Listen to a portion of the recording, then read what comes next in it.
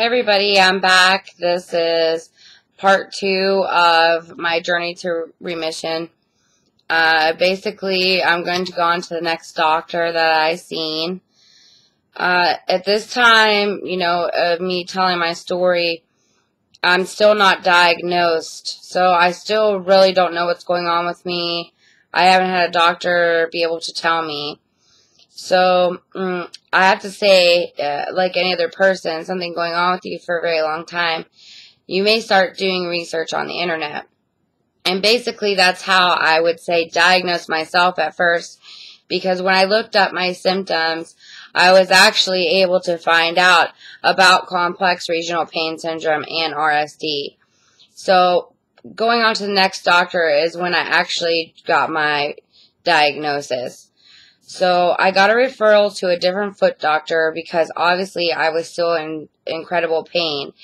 And I knew that I had to at least try a different doctor. So I got a referral for a Dr. Constantino in Girard, Ohio. And I have to admit, he is a really great doctor. You could tell the waiting room's a little thick and heavy. There's a long wait, so they actually did a lot of tests that I had never had done on my foot at all. They even measured my feet, which I thought about it. It never even happened at my other doctor's office. So I actually found out that my one foot had grown a whole size larger, the foot that I had the injury on.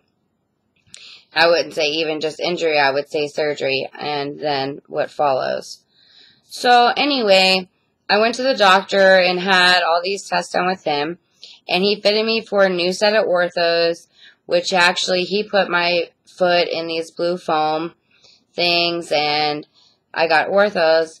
But the greatest thing that I did get from him is the actual Neurontin prescription. I started out, I think, probably on 100 milligrams a couple times a day. But I've worked my way up throughout the years, and I'm currently on 600 milligrams 4 times a day, which is the total allowance. But that medication does help tremendously. Without it, actually, at this point, I can't even. So I need that medication. So he got me that, and he also got me some air casts, which are great. I really like those. I don't wear them all the time. They do get sweaty, and they can start smelling. So I only wear them occasionally now. Around the house, I don't wear them to work in. I also have a splint that actually pumps up that I could wear at night, actually straighten and stretch my feet out. So this doctor did do a lot more for me, and he did not just start injecting me with shots or anything like that. He did tell me that people with complex regional pain syndrome, after he diagnosed me with it, that they have to be on an antidepressant. And this is something really big that I had to go through. He did prescribe me Prozac, which I'm really surprised that I agreed to take it because I am a really happy person most of the time. And I look at the brighter side of things. So I agreed to take it because I was actually told that you do take it when you have this disorder. So once again, I agreed to treatment. I was on 10 milligrams for a couple months. And for some reason, he did up my dose to about 20 milligrams. And after 2 weeks, I had something very terrible happen to me. I developed a disorder called dystonia. And dystonia is like a seizure. It's involuntary muscle movements. So I missed about a month of work. I was in the hospital having up to 20 of these, we'd say seizures, but they're actually episodes a day. And it's not a permanent side effect, but a semi-permanent side effect. It took a very long time for them to realize what was going on with me and that it was the Prozac.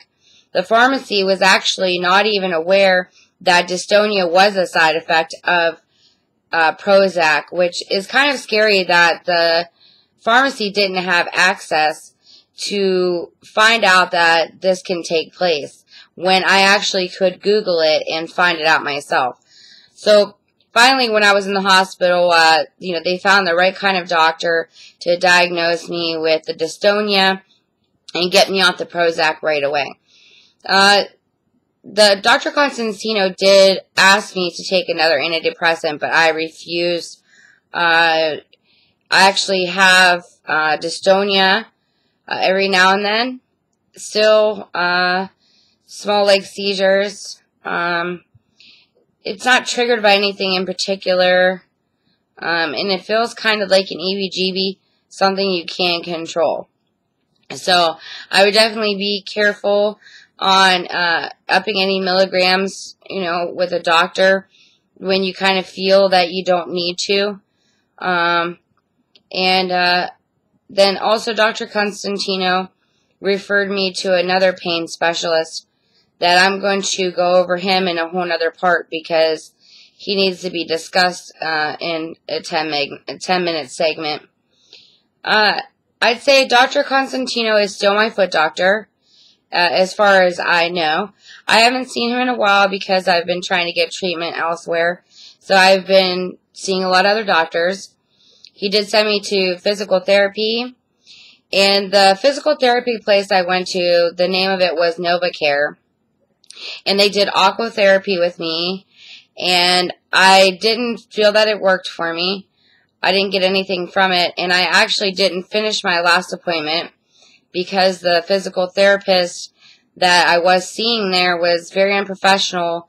She had actually scheduled, I was supposed to have an hour-long therapy session, and she scheduled an eyebrow appointment, so I could only get a half hour that day. I'm real sorry, but when you're on the job and you have a job to do, and people have lives and schedules, you don't make eyebrow appointments. So I'd say I felt that was very unprofessional, and I decided to not finish my last appointment there, but they said I did finish the physical therapy, and once again, I'd say it's not something that helped me. I think the most thing at this point that I felt helped me was the Neurontin, and also instead of upping my dose of Neurontin, Dr. Constantino did try to switch me to Lyrica, which also caused me to have a lot of the dystonia side effects. My pharmacist actually referred to me as being very sensitive to medication and to be very cautious about taking anything. Complex regional pain syndrome, they don't like to say that it is a rare disorder because they don't want you to say, hey, there's not other people like us out there. But there are only about 1.5 million people that have claimed to have been diagnosed with it. It has been around since the Civil War, though, so I'm truly surprised that a lot of doctors aren't educated on it, or that there isn't some type of treatment, that is easier and available to everyone in different states and everything. And I'm going to get into further, too, about some of the doctors from around the world that did come here to actually help, people that are suffering with this disorder. And I have to give them some recognition and let you guys know, what's going to be going on here.